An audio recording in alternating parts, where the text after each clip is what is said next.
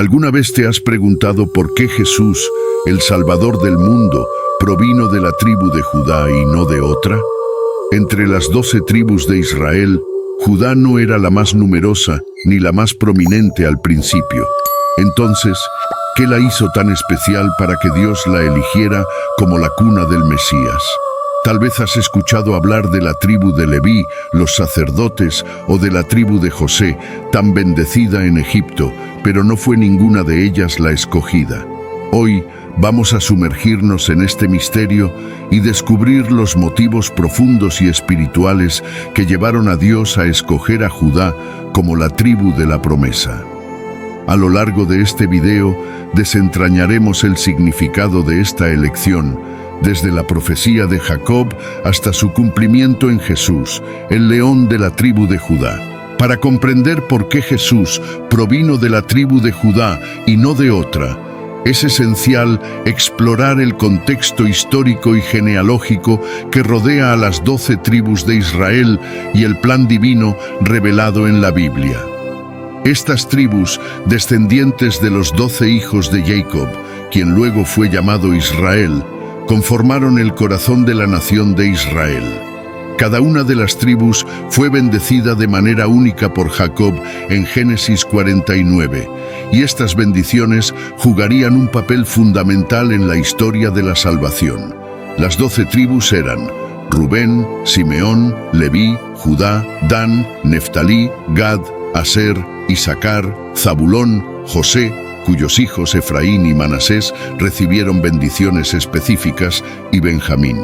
Cada una de estas tribus tuvo un papel importante en la formación de Israel, pero no todas estaban destinadas a portar la línea mesiánica. A lo largo de la historia bíblica, Dios fue revelando un plan que culminaría con la venida de Jesús, el Salvador, quien vendría de una línea específica, la de Judá. En la Biblia, la genealogía no es simplemente un registro de nombres, sino una conexión vital entre generaciones y promesas divinas. Desde el llamado de Abraham en Génesis 12, Dios prometió que de él surgiría una gran nación y que todas las familias de la tierra serían bendecidas a través de su descendencia. Esta promesa continuó a través de Isaac, el hijo de Abraham, y luego a través de Jacob, quien fue el padre de las 12 tribus. El Evangelio de Mateo 1:1-17 nos ofrece un vistazo detallado de la genealogía de Jesús, desde Abraham, pasando por David y culminando en Cristo. Cada nombre en esa lista es parte del entramado del plan redentor de Dios. Dentro de esta línea genealógica, Judá desempeña un papel crucial. Aunque no era el primogénito, su nombre aparece repetidamente en momentos clave de la historia bíblica, mostrando que Dios tenía un propósito especial para él y sus descendientes. Este propósito se reveló claramente cuando Jacob, en su lecho de muerte, bendijo a sus hijos. Cuando llegó el turno de Judá, Jacob pronunció una bendición que resonaría a lo largo de las Escrituras y señalaría la llegada del Mesías. En Génesis 49:10, Jacob profetiza sobre Judá: «El cetro no se apartará de Judá, ni el bastón de mando de entre sus pies, hasta que venga Silo, y a él se congregarán los pueblos». Esta bendición tiene un peso profundo y profético. El cetro simboliza el liderazgo y la autoridad real, lo que indica que la realeza no solo nacería en la tribu de Judá, sino que se mantendría en ella hasta el cumplimiento de las promesas mesiánicas. El término Silo, entendido tradicionalmente como una referencia al Mesías, subraya que de la línea de Judá vendría un gobernante eterno, que no solo reinaría sobre Israel, sino que tendría una autoridad universal. Este versículo establece claramente que la tribu de Judá estaba destinada a ser la línea de la realeza y del Mesías. Aunque Rubén, Simeón y Leví, los hermanos mayores de Judá, perdieron su derecho de liderazgo por errores graves, Judá fue el elegido para portar esta promesa. A lo largo de la historia bíblica, vemos que de Judá descienden figuras clave como el rey David, y finalmente Jesucristo, quien es descrito en Apocalipsis 5:5 como el león de la tribu de Judá. Este trasfondo genealógico y la bendición de Jacob no solo muestran la soberanía de Dios en la elección de Judá, sino que también nos revelan cómo el plan de redención fue orquestado a lo largo de los siglos, culminando en la venida de Jesús, el Salvador prometido desde el principio de los tiempos. El papel central de la tribu de Judá en la venida del Mesías cobra aún más relevancia cuando analizamos la descalificación de los hermanos mayores de Judá, Rubén, Simeón y Leví. A pesar de ser los primeros en la línea de sucesión por su nacimiento, sus acciones los apartaron del liderazgo y de la bendición que recayó sobre Judá. Este análisis nos permite ver cómo Dios no solo escoge a sus siervos por su posición en el nacimiento, sino por su carácter y su disposición a cumplir su voluntad. Primero, consideremos a Rubén, el primogénito de Jacob, quien por derecho debería haber sido el líder de la familia y haber recibido la bendición principal. Sin embargo, Rubén cometió un grave pecado que lo descalificó de esta posición. En Génesis 35:22 se relata que Rubén tuvo relaciones con Bila, la concubina de su padre Jacob. Este acto fue visto como una grave ofensa, no solo como una traición familiar, sino como una violación de la santidad y el respeto debido a su padre. Como consecuencia, Jacob, en su lecho de muerte, al dar las bendiciones a sus hijos, reprende a Rubén por su inestabilidad y lo declara indigno de la primogenitura. Inestable como el agua, no serás el principal por cuanto subiste al lecho de tu padre. Génesis 49:4. Así, Rubén pierde su derecho al liderazgo familiar y la primogenitura queda fuera de su alcance. El caso de Simeón y Leví, los siguientes en la línea de sucesión, también refleja cómo las decisiones personales pueden alterar destinos. Ambos hermanos fueron protagonistas de un acto de violencia desmedida tras la violación de su hermana Dina. En Génesis 34:25-30 se narra cómo Simeón y Leví, furiosos por lo sucedido, engañaron a los hombres de la ciudad de Siquem, haciéndoles creer que sellarían la paz a través de la circuncisión. Sin embargo, cuando los hombres estaban recuperándose de la circuncisión, Simeón y Leví tomaron sus espadas y mataron a todos los hombres de la ciudad en un acto de venganza brutal. Aunque su enojo por la violación de Dina era comprensible, su respuesta fue desproporcionada y violenta, provocando el enojo de Jacob. En Génesis 49:5-7, Jacob condena su furia incontrolable y los declara indignos de recibir el liderazgo. Simeón y Leví son hermanos, armas de violencia son sus armas, maldita sea su ira porque fue feroz y su furor porque fue cruel. Con Rubén, Simeón y Leví descalificados, el liderazgo recayó en Judá, el cuarto hijo de Jacob, quien a pesar de no ser perfecto, mostró cualidades de liderazgo y redención en momentos cruciales. Uno de esos momentos ocurre cuando Judá interviene para salvar a su hermano José de ser asesinado, sugiriendo en su lugar que lo vendieran como esclavo. Génesis 37:26-27. Más adelante, Judá también se ofrece como garantía para la vida de Benjamín cuando los hermanos regresan a Egipto durante la hambruna. Génesis 43:9. Estos actos reflejan un carácter transformado que eventualmente lo hizo digno de recibir la bendición de su padre y la promesa de una línea real y mesiánica.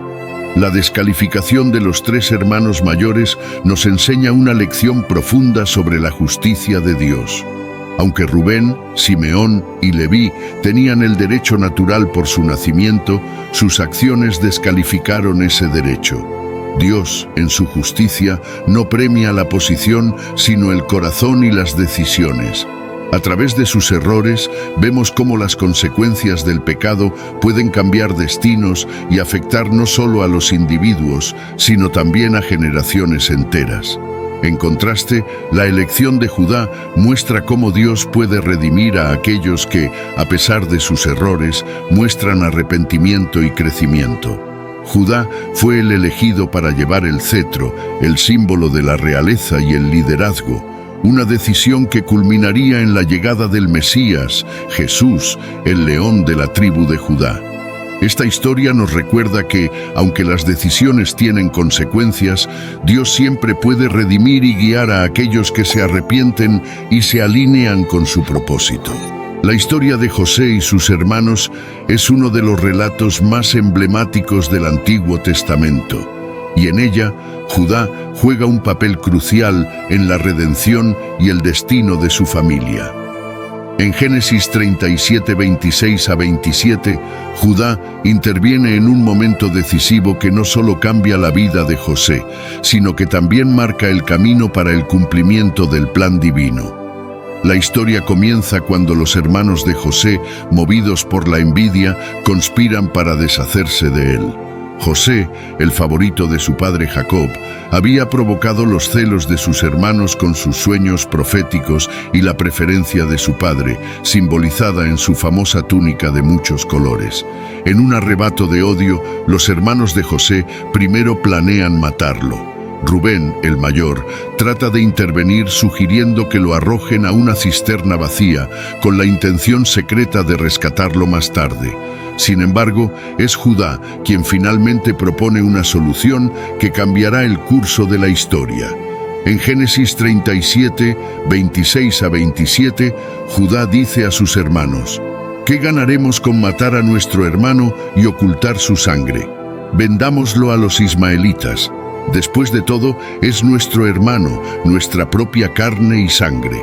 Los hermanos aceptan la propuesta, y José es vendido como esclavo a una caravana de comerciantes que se dirigían a Egipto. Este acto, aunque parece motivado por intereses prácticos, está cargado de significado espiritual. Al salvar la vida de José, Judá cumple un papel crucial en el plan de Dios, aunque en ese momento no lo comprenda plenamente.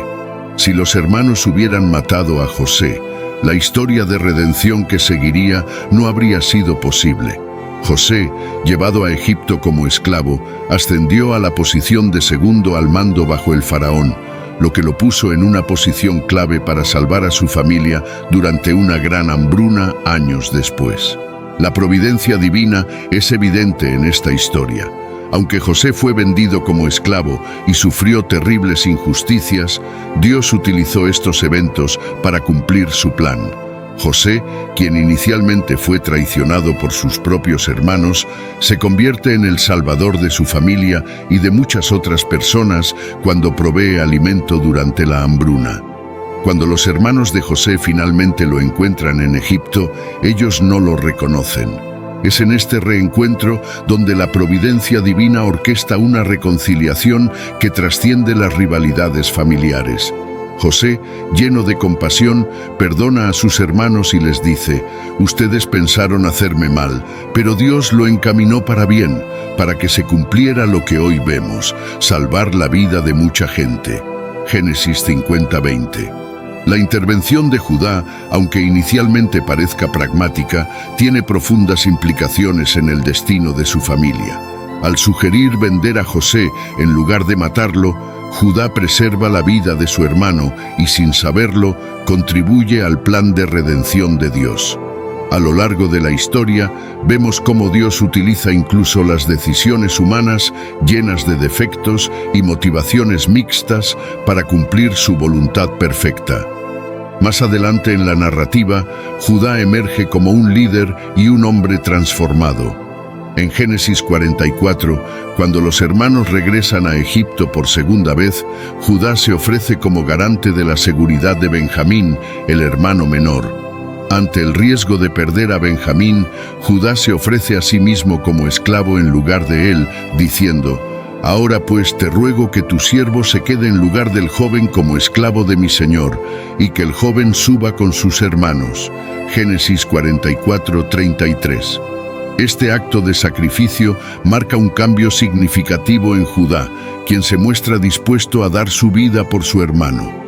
La historia de Judá y José es una demostración del poder transformador del arrepentimiento y la redención.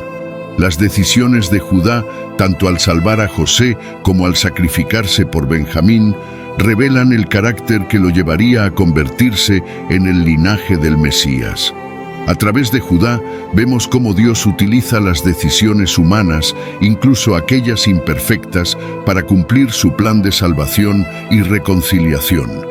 La intervención de Judá en la vida de José fue un paso clave hacia el cumplimiento de las promesas divinas, que culminarían en la venida de Jesucristo, el león de la tribu de Judá. La historia de Judá y Tamar, narrada en Génesis 38, es un relato intrigante y cargado de significado dentro del plan de Dios. Aunque a primera vista puede parecer una historia complicada y escandalosa, es un ejemplo poderoso de cómo Dios puede utilizar incluso las situaciones más difíciles y aparentemente inmorales para cumplir su voluntad divina y asegurar el linaje mesiánico que culminaría en la venida de Jesucristo. El relato comienza cuando Judá, después de la muerte de su esposa, organiza matrimonios para sus hijos con Tamar, una mujer cananea. Sin embargo, los dos primeros hijos de Judá, y Onán, mueren sin dejar descendencia, lo que deja a Tamar viuda y sin hijos. Según la costumbre del levirato en la cultura hebrea, el hermano menor de los hijos fallecidos, Selá, debía casarse con Tamar para darle un heredero, pero Judá, temiendo que Selá también muriera, pospone el matrimonio. Tamar, al ver que no se le concede lo que le corresponde por derecho, toma la situación en sus propias manos. Tamar se disfraza de prostituta y espera en el camino a Judá, quien no la reconoce. Judá se acerca a ella sin saber que es su nuera y le promete un cabrito como pago por sus servicios. Como garantía, Tamar le pide su sello, cordón y bastón. Después de su encuentro, Tamar queda embarazada y cuando Judá se entera de que está encinta, inicialmente la acusa de inmoralidad y exige que sea castigada. Sin embargo, Tamar revela que Judá es el padre de los hijos que lleva en su vientre al mostrarle los objetos que él le había dado. Ante esto, Judá reconoce su error y declara: «Ella es más justa que yo, por cuanto no la di a mi hijo Selá». Génesis 38:26. Este pasaje nos confronta con una profunda reflexión sobre la justicia. En hebreo, la palabra para justicia es tzedek, y su significado abarca más que el simple cumplimiento de la ley. Tzedek implica rectitud, equidad y la capacidad de actuar de acuerdo con lo que es correcto, incluso en situaciones moralmente ambiguas. Tamar, al tomar la iniciativa para asegurar su derecho a un heredero, no solo lucha por su lugar en la familia de Judá, sino que sin saberlo está asegurando la continuidad de la línea mesiánica. En este sentido, su acción, aunque inusual, es considerada justa en el contexto de la cultura de su tiempo y el plan de Dios. La justicia de Tamar radica en su determinación por cumplir lo que era correcto según la ley del levirato, a pesar de las circunstancias adversas. La historia de Judá y Tamar es un recordatorio poderoso de cómo Dios puede utilizar incluso las situaciones más complicadas y difíciles para llevar a cabo su propósito. En este caso, Tamar dio a luz a gemelos, Fares y Zara. Fares se convierte en un ancestro clave en la genealogía que llevaría a David y finalmente a Jesús. A través de esta historia, Dios muestra su capacidad para redimir las decisiones humanas imperfectas y convertirlas en parte de su plan redentor. Esta narrativa también subraya la transformación de Judá.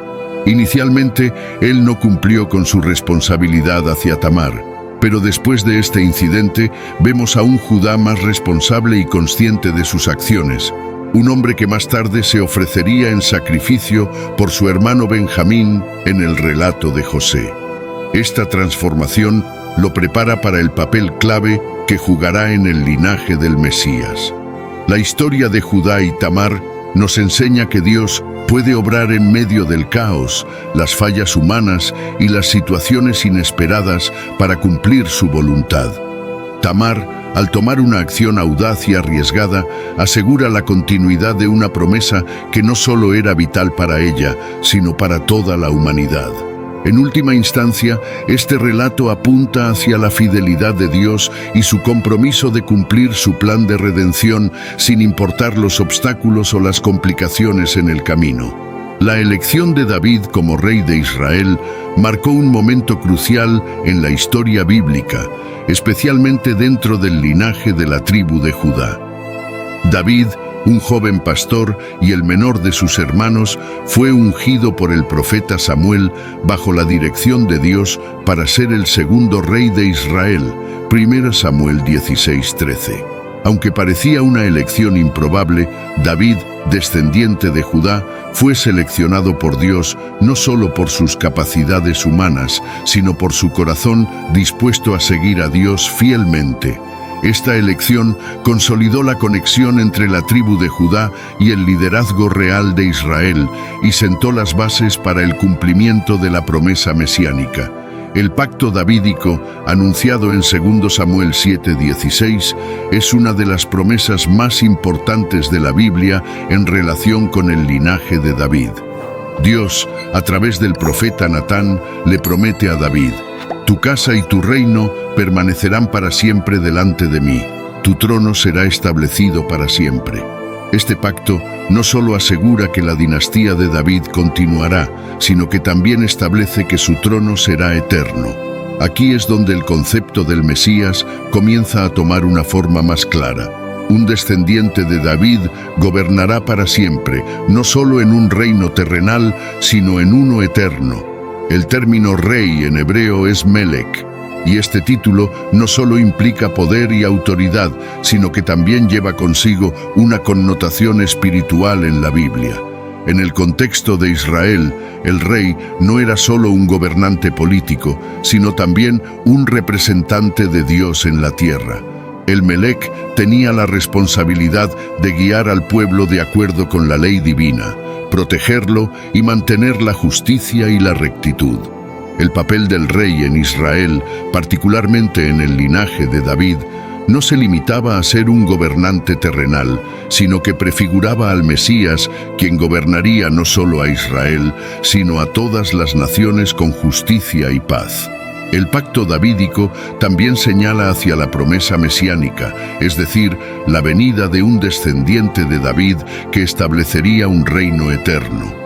Esta promesa fue entendida por los profetas y posteriormente por el pueblo judío como un anuncio del Mesías, el ungido de Dios que traería salvación y restauración no solo a Israel, sino al mundo entero.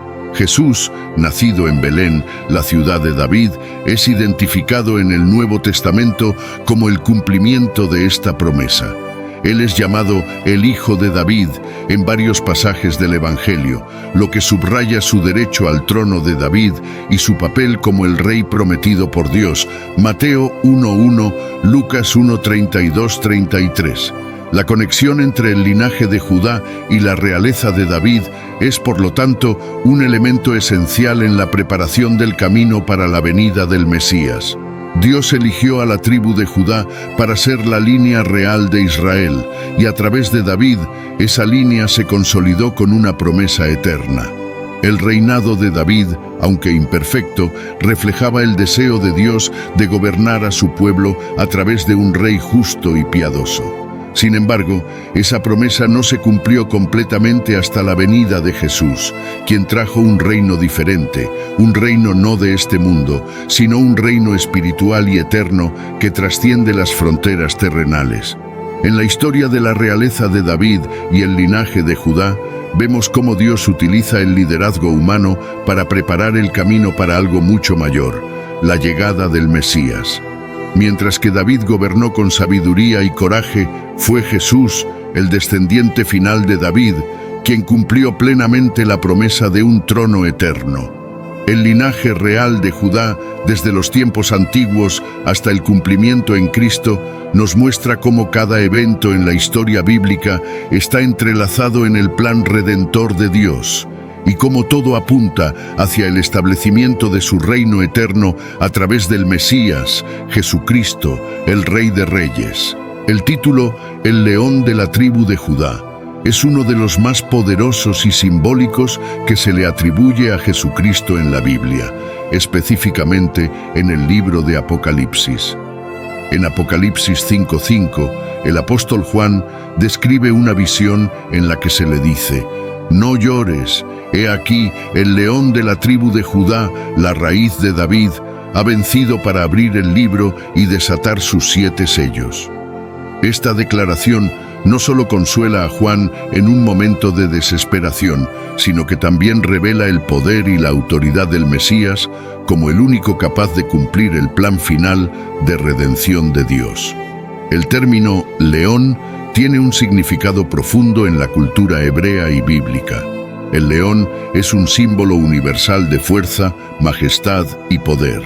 En la bendición de Jacob sobre su hijo Judá, encontramos la primera referencia al león como símbolo de la tribu de Judá. Judá es un león joven. Génesis 49:9. Esta imagen del león, por lo tanto, no solo resalta la fuerza y el liderazgo de la tribu de Judá, sino que también apunta al linaje real y mesiánico que vendría de esta tribu, en particular al rey David y finalmente a Jesucristo. En el contexto del Apocalipsis, el título de El León de la tribu de Judá señala a Jesús como el Rey Supremo, el único con la autoridad y el poder necesarios para desatar los sellos y llevar a cabo el juicio final sobre la tierra. Este título encapsula la victoria total de Cristo sobre el pecado, la muerte y el mal. La fuerza del león aquí simboliza no solo la capacidad de Jesucristo para gobernar con justicia, sino también su poder absoluto para derrotar a los enemigos de Dios. El verbo griego utilizado en Apocalipsis 5:5 para vencer es nikao, que se traduce como conquistar o triunfar. Este término aparece varias veces en el Nuevo Testamento y siempre está relacionado con la victoria sobre el mal, el pecado y las fuerzas de la oscuridad.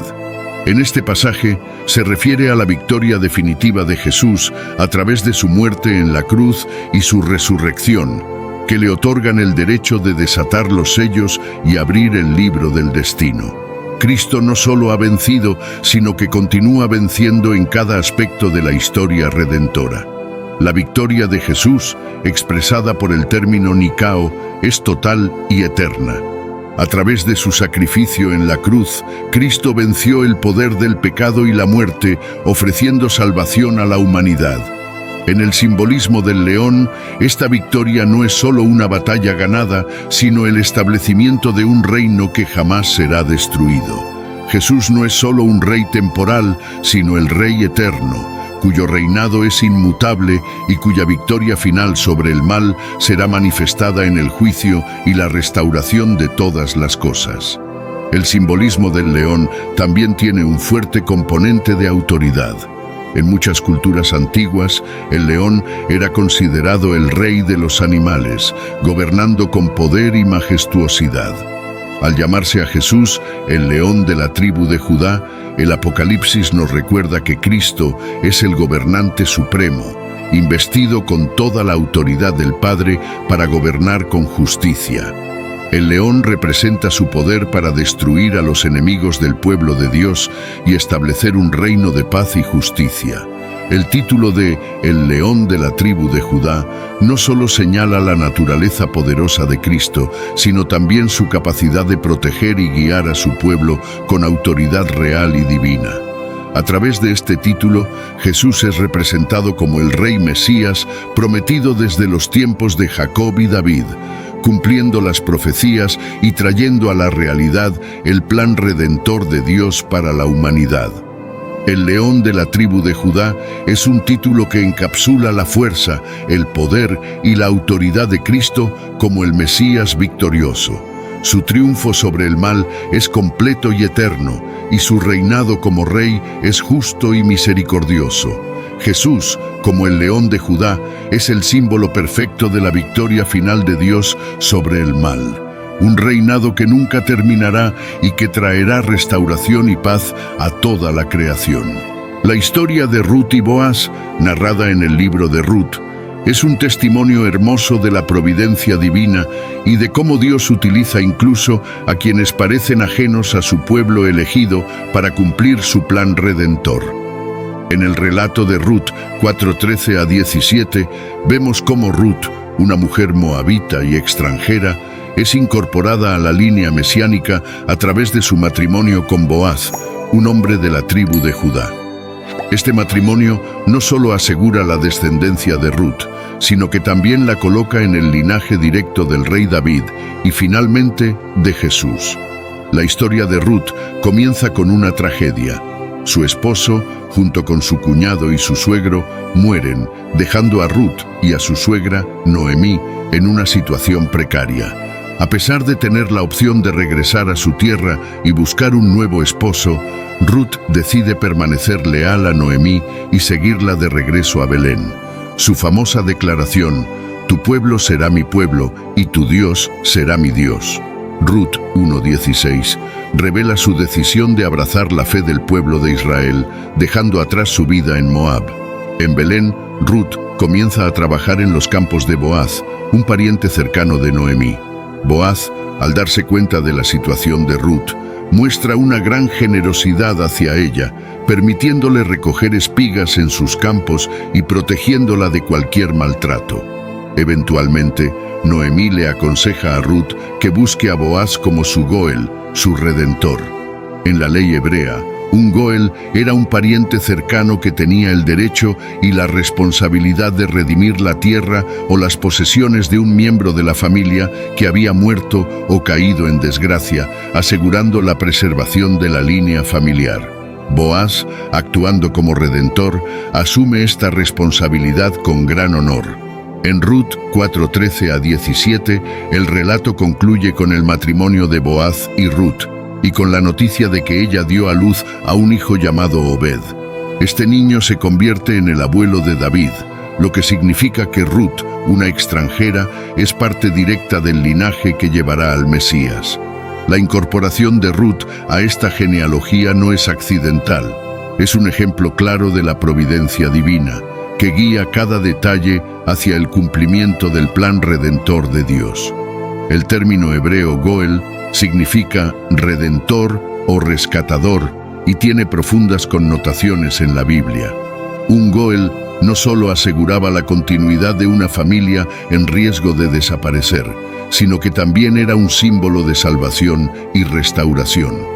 En la historia de Ruth, Boaz es el Goel que rescata a la familia de Noemí y Ruth, trayendo estabilidad y esperanza donde antes había desolación. Este concepto de redención se amplía en el Nuevo Testamento, donde Jesús es presentado como el Redentor definitivo que rescata a la humanidad del pecado y la muerte. Como el Goel de toda la creación, Cristo asegura que no solo los judíos, sino también los gentiles pueden ser parte del plan redentor de Dios. La inclusión de Ruth, una gentil, en el linaje de David y por lo tanto en la genealogía de Jesús, es una poderosa señal de que el plan de redención de Dios no estaba limitado solo a Israel. Desde el principio, Dios mostró que su salvación sería inclusiva, abarcando a todas las naciones y pueblos. El relato de Ruth prefigura la apertura del Evangelio a los gentiles, mostrando que la gracia y el favor de Dios no están restringidos por linaje o nacionalidad. La decisión de Ruth de seguir al Dios de Israel y su incorporación a la línea mesiánica es un recordatorio de que, en el reino de Dios, la fe y la lealtad trascienden las barreras étnicas y culturales. La providencia divina en la historia de Ruth y Boaz revela cómo Dios trabaja a través de las circunstancias más comunes y cotidianas para cumplir su plan eterno. A través de la redención de Boaz y la incorporación de Ruth, Dios no solo preserva una familia, sino que también establece el linaje que llevaría al Salvador del mundo. La historia de Ruth es un testimonio del amor inclusivo de Dios y de su disposición a usar a quienes están dispuestos a seguirle, sin importar su origen o condición. El cumplimiento de las profecías sobre el Mesías prometido se encuentra de manera profunda en la figura de Jesús, quien encarna y lleva a cabo la promesa hecha a Judá en Génesis 49:10. En este pasaje, Jacob profetiza sobre su hijo Judá. El cetro no se apartará de Judá, ni el bastón de mando de entre sus pies, hasta que venga Silo, y a él se congregarán los pueblos. Este versículo, lleno de significado mesiánico, apunta directamente a la llegada de un rey definitivo, un líder divino que gobernará con justicia y amor, y que se consolidará en Jesús, el Mesías prometido. La profecía de Génesis 49:10 establece que el liderazgo y la autoridad real permanecerían en la tribu de Judá hasta la llegada de Silo, un término interpretado como una referencia al Mesías, el Salvador, que traería paz y unidad a todas las naciones. En el contexto de la profecía, el cetro es un símbolo de la realeza y el poder gobernante. Esto no solo se refiere a la autoridad terrenal, sino también al liderazgo espiritual y eterno que Jesús ejercerá sobre toda la creación. Jesús, nacido en la línea de David, quien a su vez proviene de Judá, cumple esta promesa al convertirse en el Rey eterno, cuya justicia y amor gobernarán para siempre. A lo largo del Antiguo Testamento, múltiples profecías apuntan a la venida de un Mesías que restauraría el reino de Dios, trayendo paz y redención a su pueblo. Isaías 9:6-7, por ejemplo, describe al futuro Mesías como el príncipe de paz, cuyo reino será eterno. De manera similar, Miqueas 5:2 predice que el Mesías nacería en Belén, la ciudad de David, conectando una vez más el linaje de Judá con el Salvador del mundo. Jesús cumple estas profecías al nacer en Belén y al convertirse en el Rey cuyo reinado no tiene fin, como se declara en Lucas 1:32-33. Él será grande y será llamado Hijo del Altísimo, y el Señor Dios le dará el trono de David su padre, y reinará sobre la casa de Jacob para siempre, y su reino no tendrá fin. La conexión entre las profecías mesiánicas y Jesús es clara y profunda. A través de su vida, muerte y resurrección, Jesús no solo cumple las profecías sobre un rey que traería justicia, sino que también revela el amor perfecto de Dios. Jesús no vino a gobernar de manera autoritaria o violenta, sino con compasión y misericordia, rescatando a los perdidos y trayendo redención a toda la humanidad. Este estilo de liderazgo contrasta con los reyes humanos y demuestra que el reino de Dios es uno de justicia, pero también de gracia y perdón. Cada detalle en la historia de Judá nos lleva directamente a Jesús y su misión redentora. Judá, aunque imperfecto, juega un papel crucial en el plan divino. Su descendencia a través de Tamar y luego a través de Boaz y Ruth culmina en la llegada de David, el gran rey de Israel, cuyo trono fue prometido por Dios como eterno. 2 Samuel 7:16.